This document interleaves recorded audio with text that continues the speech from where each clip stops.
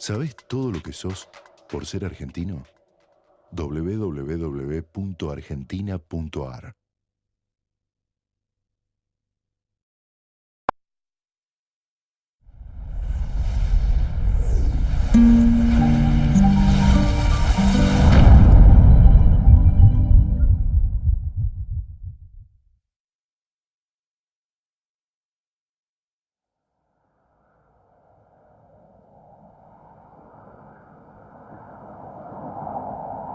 Latinoamérica es para algunos un territorio sin pasado, ausente de los grandes momentos de la historia.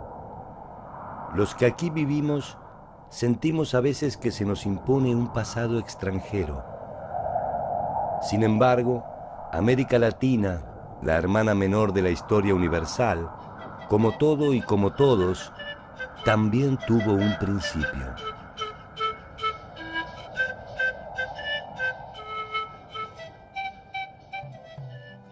Cada pequeña señal, cada rastro, es una voz que viaja desde el pasado hasta nuestro tiempo y nos permite suponer un camino probable.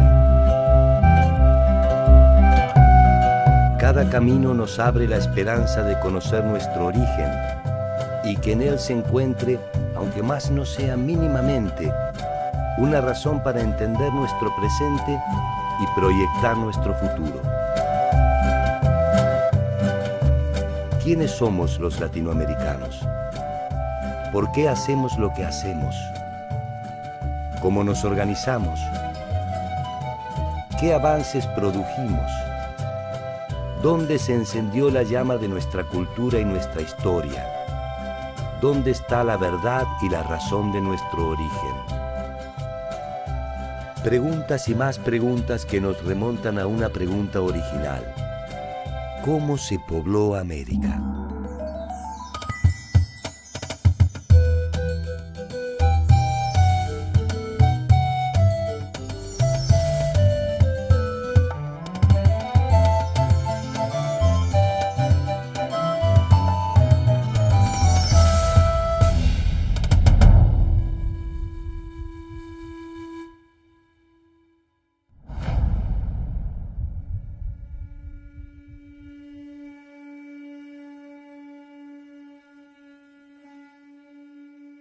El esclarecimiento de la forma en la que se pobló América es un camino de la oscuridad hacia la luz. Cada dato arqueológico, cada resto fósil, cada impresión en la piedra podrán ser interpretados como una respuesta. Los científicos e investigadores debaten en la actualidad rutas migratorias y características morfológicas del hombre primitivo en Latinoamérica. Aquel hombre originario que hoy es desenterrado tenía también la misma preocupación y ofreció su visión particular del poblamiento a través de sus relatos. Las leyendas, sostenidas por la tradición oral, han llegado más o menos indemnes hasta nuestros días y constituyen el primer esbozo de un conocimiento a propósito del origen.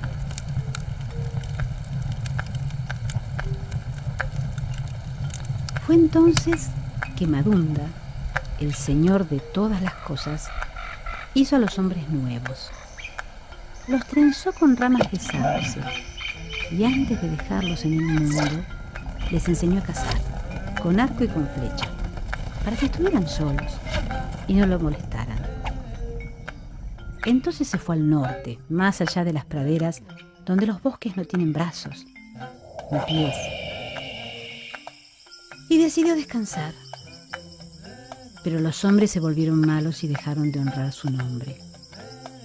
Como castigo, el Señor de todas las cosas les envió una lluvia de hielo, y luego otra, hasta que finalmente ya no pudieron ver el cielo ni avanzar hacia ningún lado.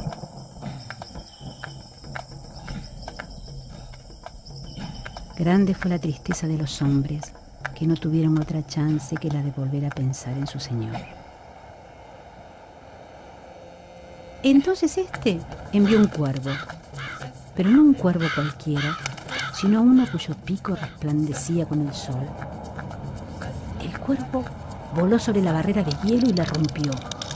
Los hombres, que ya no eran los mismos, corrieron por su vida y cruzaron antes que el hielo se fundiera por completo. Detrás de ellos quedó su tierra, sepultada por un océano.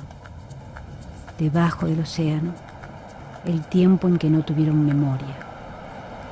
Un tiempo que debería ser recordado para siempre. Estas leyendas dan cuenta de una tierra nueva que fue poblada después de un largo y accidentado viaje a través de los hielos. La glaciación fue un proceso de enfriamiento global que llegó a su grado máximo hace 20.000 años. El congelamiento de las aguas generó un avance de los hielos sobre gran parte del continente americano. A partir de este momento se puede inferir que América estuvo integrada al continente asiático por el norte y al territorio antártico por el sur. 20.000 años atrás, el clima era extraordinariamente frío, fue el momento más frío de los últimos 150.000 años. Y por lo tanto se formó mucho hielo en los polos y en las montañas y el nivel del mar bajó 130 metros. Así que habían muchos lugares para poder caminar entre Asia y América, y Bering es la única comunicación posible con Asia. Cuando se produjeron los deshielos, los pasos que unían los continentes desaparecieron y la humanidad se dividió en dos mundos que se ignoraron mutuamente para reencontrarse, al menos oficialmente, hace algo más de 500 años. A ambos lados de ese puente de hielo, el hombre tuvo la oportunidad de crear un mundo soñado.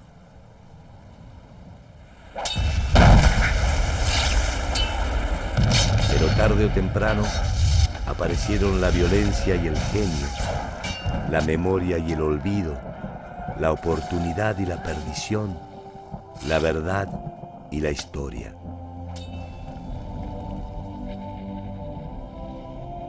El encuentro de europeos y americanos exigió teorías que dieran cuenta de la mutua ignorancia.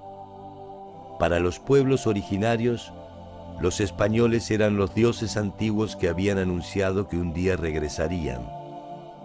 Para los europeos, América era un nuevo paradigma, difícil de encuadrar entre sus verdades absolutas. Sus interpretaciones fueron tan arriesgadas como las autóctonas. Sobrevivientes de la Atlántida,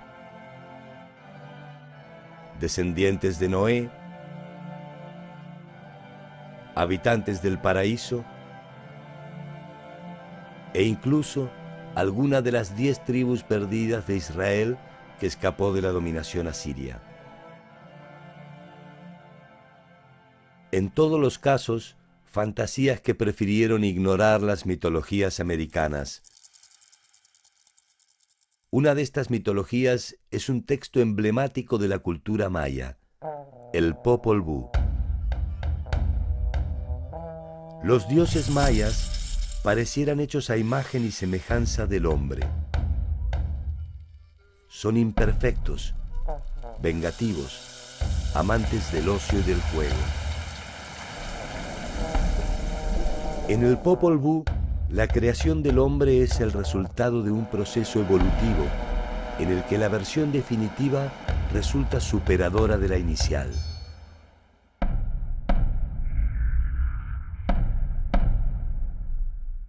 De lodo hicieron la carne del hombre, pero vieron que no estaba bien, porque se deshacía. Entonces desbarataron y deshicieron su obra y su creación. Al instante fueron hechos los muñecos labrados de madera. Se parecían al hombre, hablaban como el hombre, pero no tenían alma ni entendimiento. Enseguida fueron aniquilados, destruidos. Finalmente De maíz amarillo y de maíz blanco se hizo su carne. De masa de maíz se hicieron los brazos y las piernas del hombre. Únicamente masa de maíz entró en la carne de nuestros padres, los 4 hombres que fueron creados.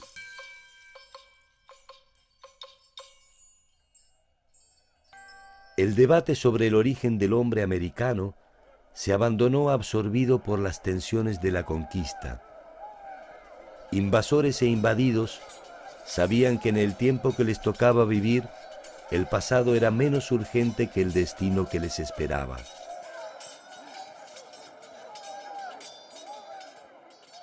La ciencia volvería a reavivar ese debate suspendido temporariamente. En los inicios del siglo XIX, el interés científico se concentró en inventariar todo aquello que estaba dentro del mundo. Paisajes, animales, plantas, objetos y, ¿por qué no?, también el pasado. Es el tiempo de los relatos de viaje, los geógrafos y los naturalistas. Hacia 1832, Sudamérica recibe la visita de uno de ellos, Charles Darwin. La expedición que lo trajo a estas costas tenía entre sus objetivos primordiales encontrar los rastros del diluvio universal en la Patagonia austral. Poco había cambiado en el primitivo pensamiento del hombre que seguía aferrado a sus concepciones religiosas. Sin embargo, este viaje iniciático cambiaría la perspectiva del origen, abriendo los caminos a revolucionarias e innovadoras propuestas. El hombre no venía sino del hombre, y aquel que encontrara el rastro más antiguo podría iniciar la secuencia del poblamiento. Uno de estos hallazgos sentaría las bases a partir de las cuales se comenzaría a discutir el poblamiento temprano. Para la mayor parte de las teorías que creen que el origen del hombre es producto de un proceso migratorio, el estrecho de Bering fue la puerta de entrada al continente. Por allí habrían llegado los primeros grupos de cazadores-recolectores. Su existencia se confirma fundamentalmente por los hallazgos arqueológicos de Clovis y Folsom. Clovis es un sitio arqueológico que se encuentra en el estado de Nuevo México, en los Estados Unidos, que fecha cerca de 11.300 años atrás. Es un sitio caracterizado por un punta de proyectil muy especial, que muchos arqueólogos piensan que es la primera invención tecnológica de los americanos. Y este punta proyectil está asociado con los huesos de un mamut. Y allí empezó la primera teoría de poblamiento de América. Y cuando se establece una teoría como así, todos los sitios arqueológicos encontrados después son comparados a este sitio y a este modelo.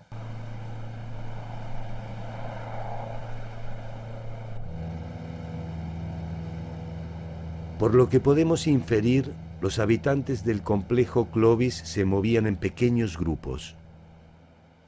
Eran cazadores y recolectores de frutos silvestres. Sus presas principales eran el mamut, el bisonte y algunos animales menores, como el ciervo y el caribú. Cuando alguna de las áreas de caza se agotaba, se desplazaban hacia el sur, lo que ha llevado a suponer que de esta manera, y a lo largo de miles de años, se realizó el poblamiento americano. Este migrante se conoce bajo la denominación de paleoindio y habría ingresado al continente al menos hace ya más de 11.000 años.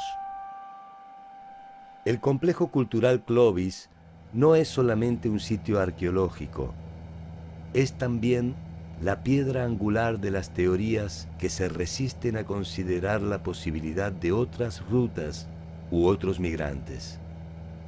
La primera teoría o modelo es lo más difícil para cambiar, porque está manejado por los expertos que definieron esta teoría.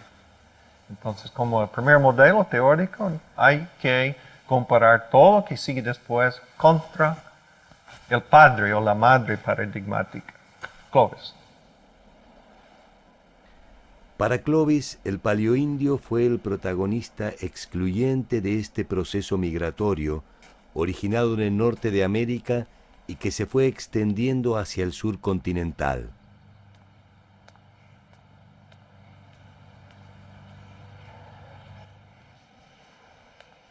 El hombre viene migrando, posiblemente del sudeste de Asia, se transforma en el noroeste de Asia, adquiriendo las características típicas de los asiáticos, como actualmente se los conoce, pasan por el estrecho de Bering, estaban adaptados al frío, así que no les hubiera costado mucho, llegan hasta el extremo norte de América y de ahí van descendiendo y pueblan todo el continente hasta Tierra del Fuego.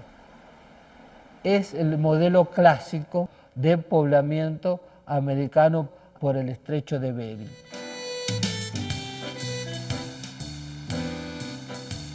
Las teorías provenientes de los países centrales definían las hipótesis del poblamiento. Sin embargo, en la remota y todavía algo primitiva Buenos Aires, a fines del siglo XIX, Florentino Ameghino, paleontólogo y naturalista autodidacta, se animaba a desafiar este pensamiento. Durante el primer Congreso Internacional de Americanistas de París, en 1879, Ameghino sostuvo que el hombre era originario de América. La teoría de Ameghino postula que el hombre es originario de América, concretamente en la Argentina. Los restos que va hallando son mucho más antiguos que lo más antiguo encontrado en el Viejo Mundo. De ahí que él parta de ese paradigma. El hombre se origina en América.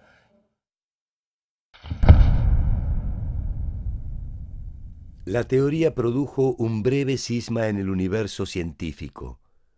No solo ponía en duda los trabajos producidos hasta el momento, también significaba que Latinoamérica investigaba y estaba en condiciones de producir conocimiento.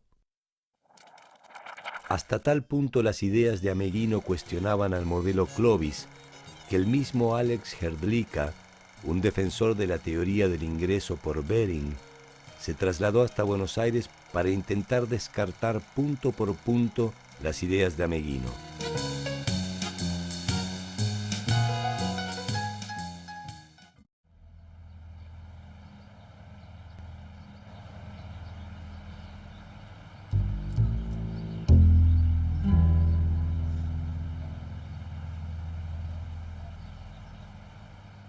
Ameghino había determinado la existencia de un antiguo eslabón en la cadena de la evolución, el Homo pampeus, quien por los indicios encontrados había convivido con megafauna extinta. Eso le permitió presumir una antigüedad que hacía del Homo pampeus el antecedente más antiguo en la historia del hombre, y por tanto supuso que desde la Patagonia se había desplazado hacia el norte, completando el poblamiento de la Tierra.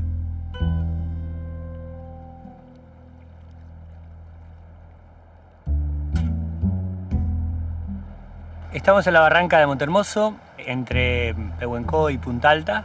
Esta es una barranca famosa porque aquí estuvo en 1832 y 1833 Charles Darwin en su viaje alrededor del mundo con el Beagle. Y en 1910 estuvieron Florentino Ameghino y Alex Hrdlicka, y en este lugar fue donde tuvieron uno de sus principales debates.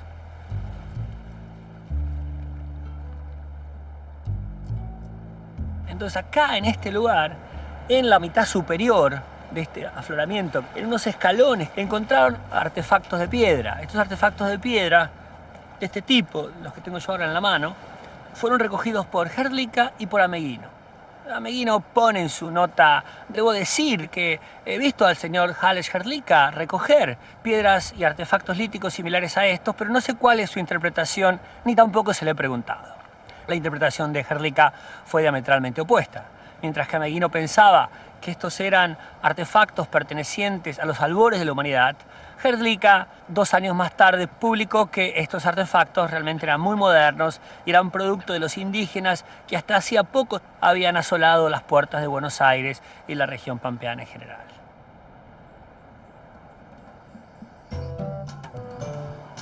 La reacción de la comunidad científica internacional fue clara y contundente. Rechazó las hipótesis de Ameghino y arrasó no solo al Homo pampeus, su propuesta más arriesgada, sino también la idea de que el hombre sudamericano había convivido con animales extinguidos.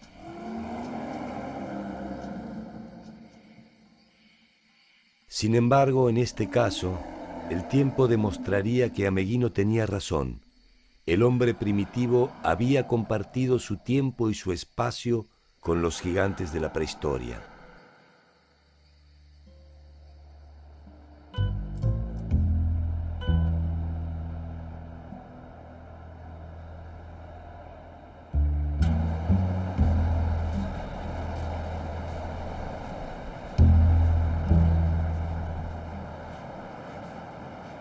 En el sitio de Pehuencovo están estudiando un yacimiento de pisadas fósiles de animales extinguidos, animales que tienen más de 10.000 años de antigüedad.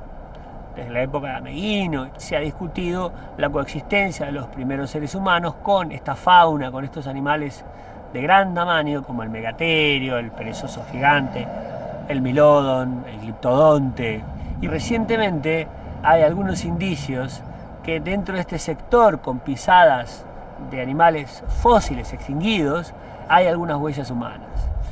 Entonces esto es una prueba más, pero muy contundente, de la coexistencia de los primeros pobladores con los grandes mamíferos del Pleistoceno americano.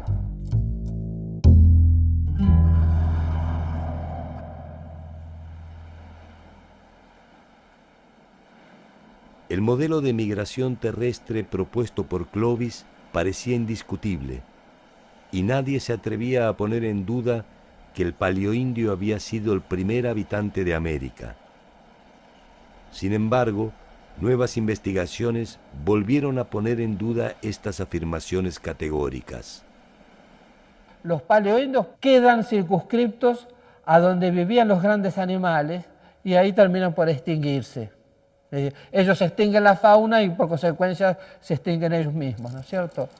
Si los paleoindios se extinguieron, ¿de dónde descienden entonces los pueblos de América? Las características morfológicas de la mayoría de los pueblos originarios de Latinoamérica son de indudable origen asiático y corresponden a un segundo grupo de migrantes que también habría ingresado por Bering, el amerindio.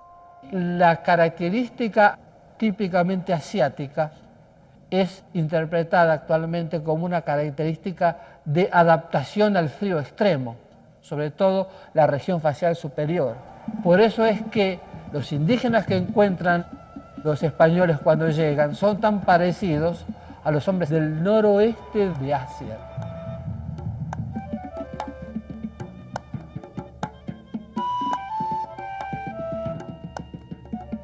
La existencia del amerindio viene a poner luz sobre el origen de la población latinoamericana actual, pero deja abierta la discusión acerca del primer habitante de Latinoamérica. Si los paleoindios ingresaron por Bering hace 11.500 años, y más tardíamente lo hicieron los amerindios, ¿cómo puede explicarse que existan evidencias de pobladores de Sudamérica cuya antigüedad es mayor a los 12.000 años?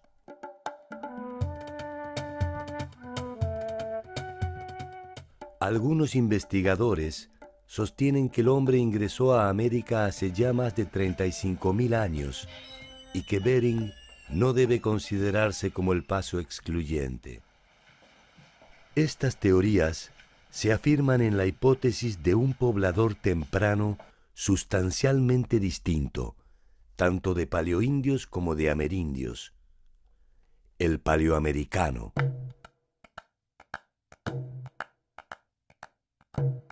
Aproximadamente a 40 kilómetros de Belo Horizonte, en Brasil, se encuentra el sitio arqueológico conocido como Lagoa Santa.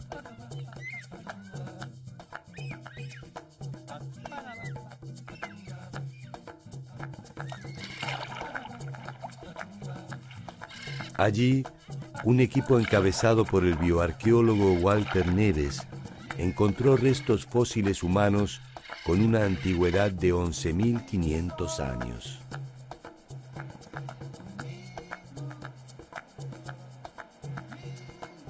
Este hallazgo permitió la reconstrucción morfológica de un hombre primitivo de características inéditas, conocido como el cráneo de Luzia.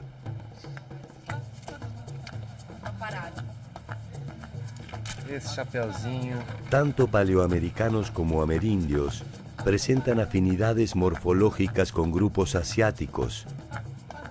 El cráneo de Luzia, en cambio, posee una fisonomía que se corresponde con pueblos africanos y o australianos. Se trata, según los investigadores, del paleoamericano, el primer habitante de Latinoamérica. La idea que aún prevalece es que el continente americano fue ocupado por poblaciones asiáticas muy similares a las poblaciones indígenas que tenemos hoy día. Pero Héctor Pucciarelli y yo, en fines de los años 80, demostramos que cuando se analiza la morfología del cráneo de los primeros americanos, se muestran muy distintos de la morfología de los indígenas actuales. O crânio está lá, a coluna está aquí, a bacia está aquí. Provavelmente essas pedras, se foi fletido... El paleoamericano habría llegado al continente mucho antes que los grupos amerindios y paleoindios. Su suerte no fue distinta a la sufrida por los paleoindios. El paleoamericano también se habría extinguido. Pero lo importante es que tanto Lagoa Santa como otros cráneos menos famosos son los de mayor antigüedad, son los que nosotros llamamos paleoamericanos.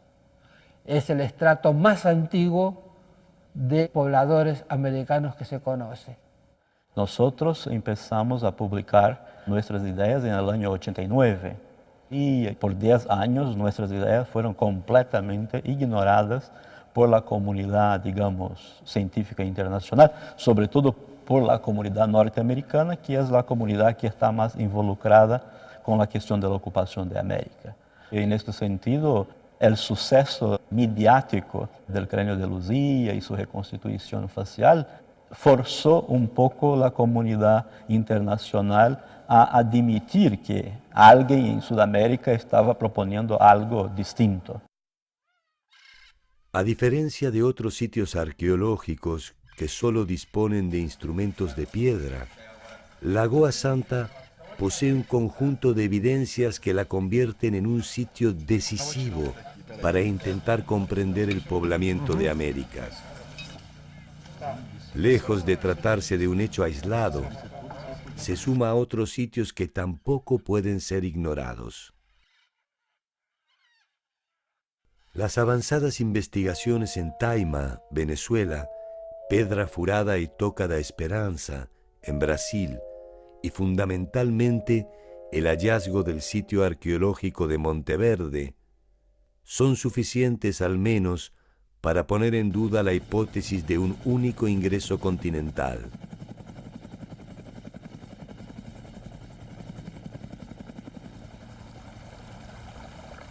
El hallazgo de Monteverde fue presentado por el profesor norteamericano Tom Dillehay de la Universidad de Kentucky y el geólogo chileno Mario Pino de la Universidad Austral. It's controversial, potentially, and you're changing people's ideas. And in this case, we're rewriting the first chapter of human history in the Americas.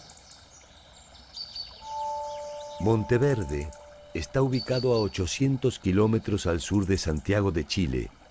Posee dataciones de carbono 14 que certifican una antigüedad de más de 12.500 años. Es decir, al menos 1.500 años antes de Clovis.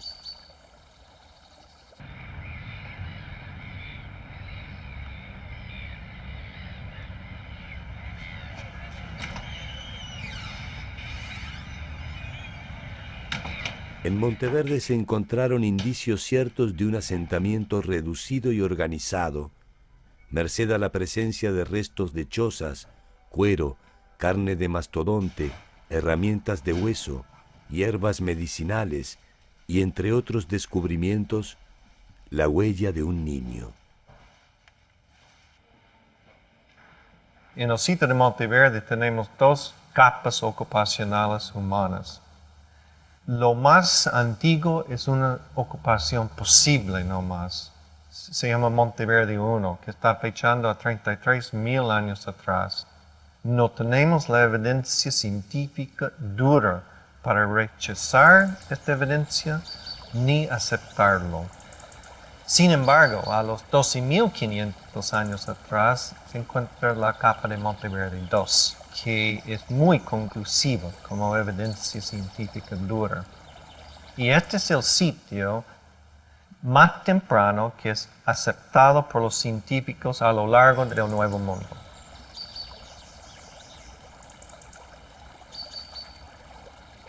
Los sitios de Clovis están fechados en 11.500 antes del presente.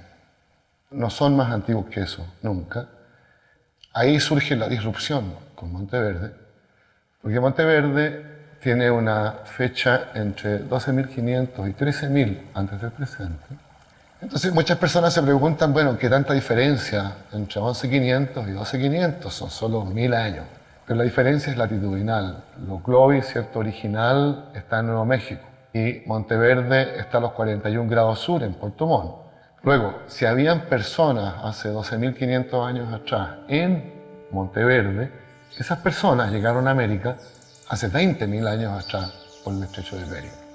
Y entre 20.000 y 11.500 sí hay una enorme diferencia. Erosionando bajo de una capa de turba. Yo creo que Monteverde está enseñándonos que tenemos que primero repensar nuestras teorías de quiénes son los primeros americanos. Las teorías de Dillehay se encontraron con profundas resistencias, algunas de ellas no solo científicas. You're crazy. Don't do this at the outset of your career. The data must be bad, and so forth.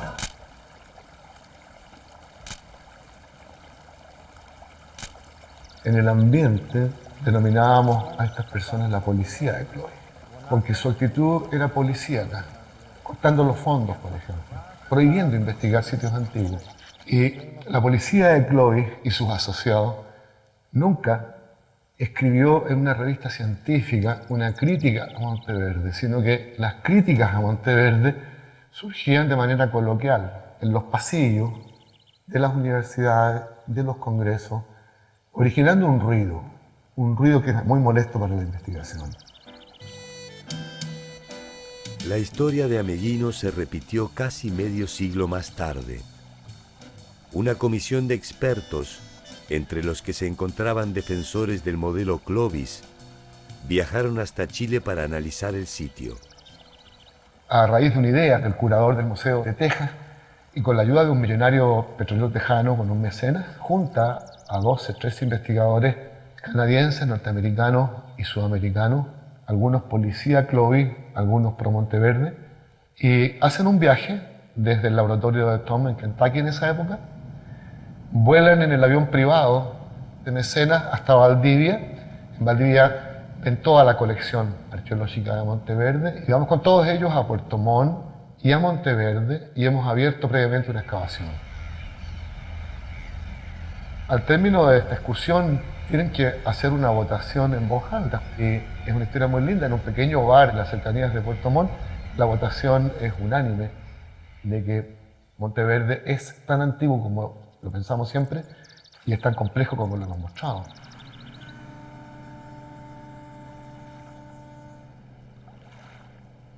Yo pienso que Monteverde como un sitio solitario no puede cambiar este modelo de pensar de cómo fue poblado de lado del mundo. Lo que sabemos que está llegando a ser muy claro es que el modelo teórico de Clovis no puede explicar poblamiento de todo de América, menos América del Sur. Las opciones de ingreso al continente americano son al menos 5. La ruta de Bering e Islas Aleutianas, la más aceptada por los investigadores. Por el Pacífico Central desde la Polinesia, lo que podría explicar los antecedentes morfológicos del paleoamericano. Por el norte europeo. Por el sur de Europa o el norte de África, hasta las costas del Mar Caribe. Y finalmente, por el sur continental, a través de un eventual puente antártico que conectó Australia con Sudamérica. Esta última es quizás la que a la fecha ofrece menos sustento científico.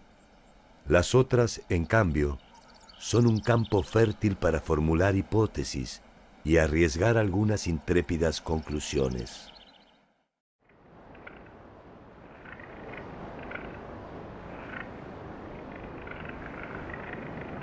La hipótesis del ingreso por Beringia parece ser indiscutible.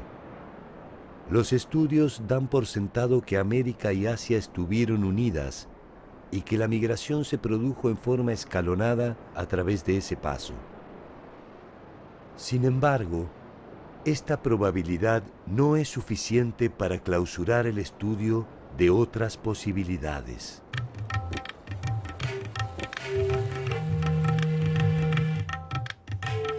El 29 de abril de 1947, el noruego Thor Heyerdahl, a bordo de la Kon-Tiki y acompañado por un reducido grupo de hombres, inició el viaje desde el puerto del Callao hacia el oeste, con el objeto de demostrar que los primeros habitantes de Polinesia fueron originarios de América y no de Oriente. La balsa, construida con troncos del Ecuador, arribó unos meses después a la Polinesia.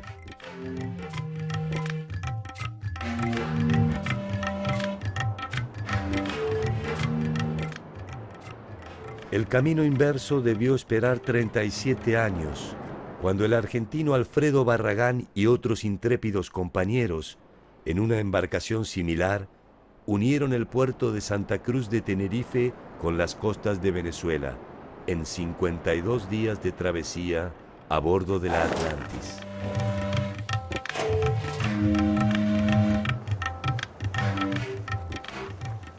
El objeto de la expedición fue demostrar la posibilidad de que los africanos pudieran haber arribado a la América Central, donde aún perduraría su posible influencia eternizada en las cabezas monumentales olmecas. Cuando encontré la presencia de cultura africana en América y de rostros de africanos en América hace 3.500 años. Cuando veo que en la misma época existía la balsa africana, a mi juicio capaz de cruzar el Atlántico. Y entre medio de ambas culturas, un sistema de corrientes y vientos en el Atlántico Norte capaces de traer de África a América todo lo que sea capaz de flotar. Me convencí en el acto de que esto había ocurrido así. Que viajé a México en el año 81 y expuse en ámbitos científicos mi teoría, mi idea de que las cabezas colosales olmecas representan a hombres de raza negra que habrían venido de África de este modo. Y no tomaron en serio mi teoría. Y me di cuenta que ante ese escepticismo general valía la pena hacer una balsa y cruzar de África a América, demostrando que la balsa africana era capaz de cruzar.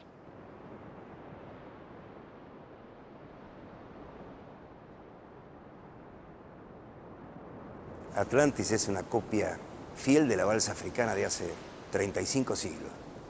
No tiene ningún elemento metálico en la construcción. Tiene un cuerpo compuesto por 9 troncos de madera balsa. Son troncos sumamente livianos, de muy poco peso específico y gran flotabilidad.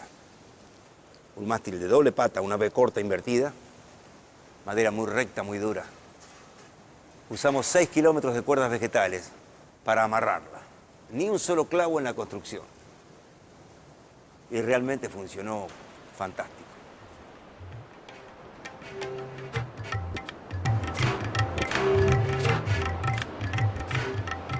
La expedición de Barragán resulta un buen punto de partida para explorar caminos desconocidos y abrir nuevos horizontes para la investigación.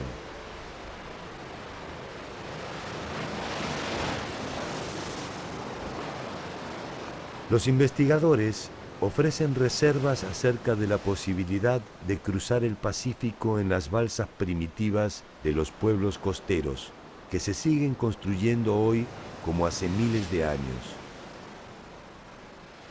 Quizás el hombre no pudo cruzar el océano con ellas, pero sí tal vez recorrer sus contornos.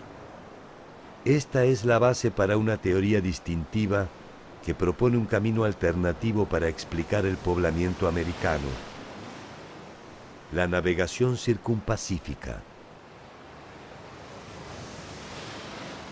Esta hipótesis podría explicar las evidencias de asentamientos tempranos en Sudamérica. Si una canoa avanzara desde Bering, bordeando la costa a razón de 30 kilómetros por día, podría haber alcanzado el fin de los glaciares en tan solo 200 días. 500 días le hubiesen bastado para alcanzar la isla de Tierra del Fuego, al extremo sur del continente americano. La teoría de la navegación circumpacífica presupone una migración marítima en pequeños grupos, posiblemente de pueblos costeros acostumbrados a permanecer cerca de las orillas. Sus posibles desplazamientos se habrían realizado hacia el sur, siempre en búsqueda de mejores tierras y condiciones climáticas para el desarrollo de la vida.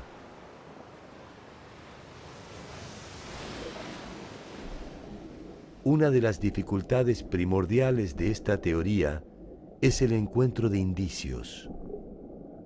El territorio costero de entonces se encuentra en la actualidad bajo las aguas que difícilmente puedan haber conservado indicios de algo tan tenue como el paso del hombre. Las huellas visibles de ese paso se encuentran en el territorio continental. Estamos en el sitio que se llama Montehermoso. Este es un sitio arqueológico que está a orillas del mar, muy cerca del balneario de Montehermoso. Este sitio que tiene un tipo de registro excepcional, y es que aquí se encuentra la impronta de pisadas humanas, en las orillas de una antigua laguna.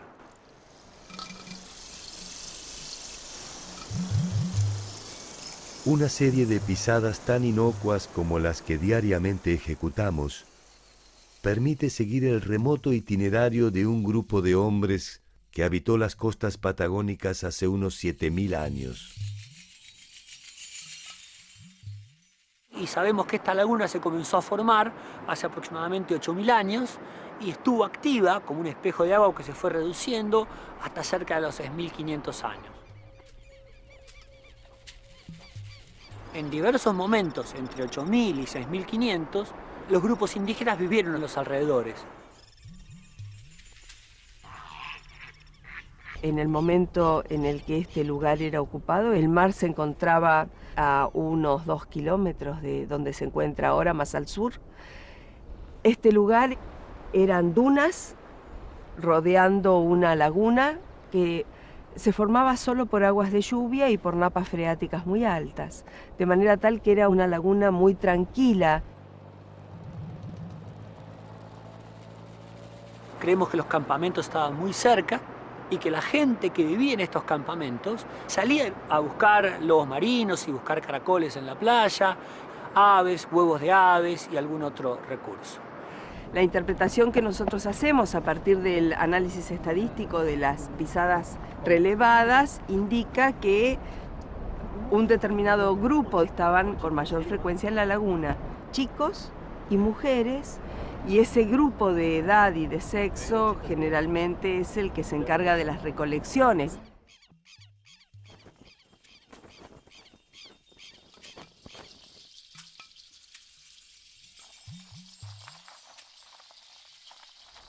Por otro lado, otra parte del grupo, sobre todo los hombres, estaban en las márgenes del mar del momento, capturando lobo marino. Allí hacían un primer procesamiento y traían a la laguna partes muy seleccionadas de las presas.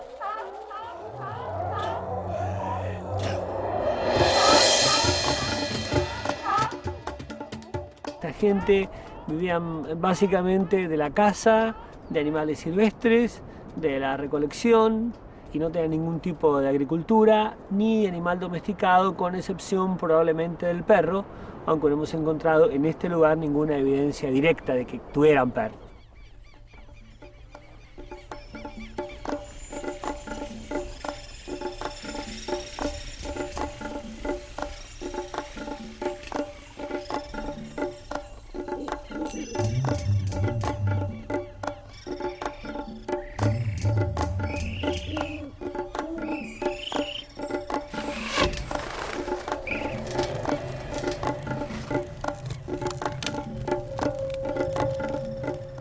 Los indígenas hacían campamentos que se podían desarmar, de ahí el nomadismo, con estacas y con algunos parantes curvos, al cual cubrían con cuero de guanaco, con cuero de lobo marino más al sur.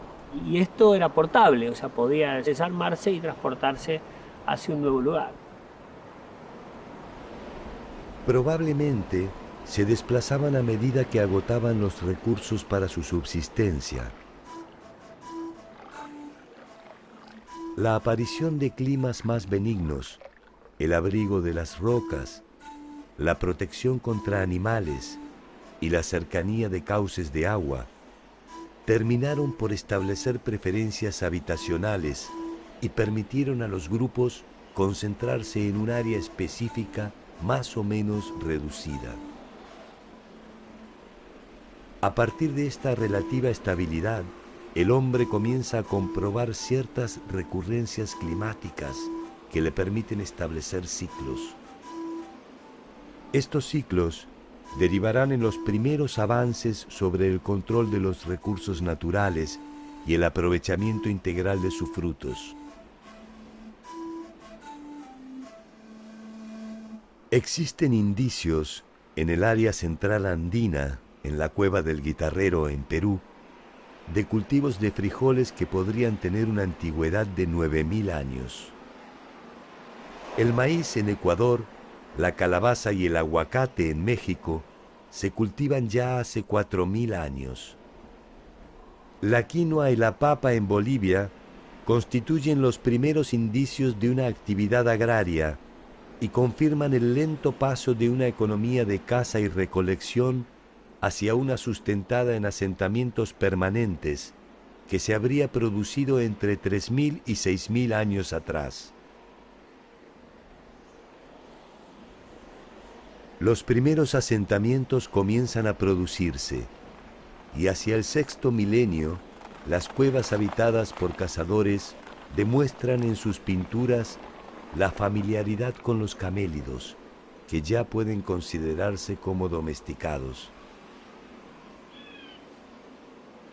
Las novedosas condiciones de la subsistencia en lugares más o menos estables permitieron la aparición de una nueva abundancia, el tiempo.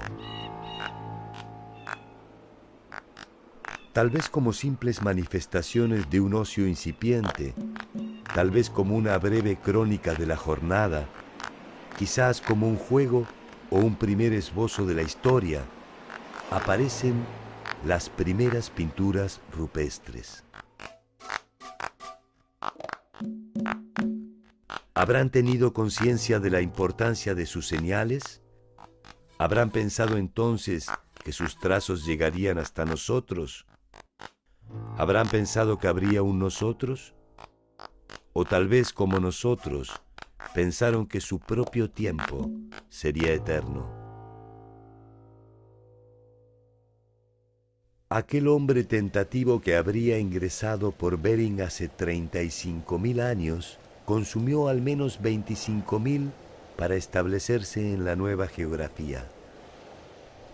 Los milenios que vendrían producirían transformaciones inimaginables. Lo que es decididamente indudable es que a ambos lados de Bering, en algún momento de la historia, el desarrollo de la humanidad fue hipotéticamente similar. Impulsado por la supervivencia o por la curiosidad, el hombre se dispuso a hacer suyo un nuevo territorio inexplorado. A cada extremo de esta pared, el hombre experimentó desde las primeras formas de agrupación familiar y grupal hasta las más complejas formas de organización.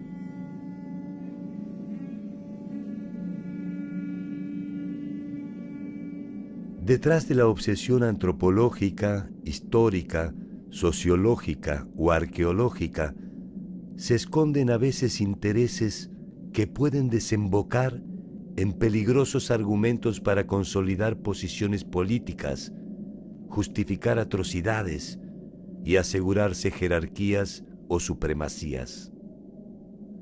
Para algunos, ser los primeros es también ser los mejores.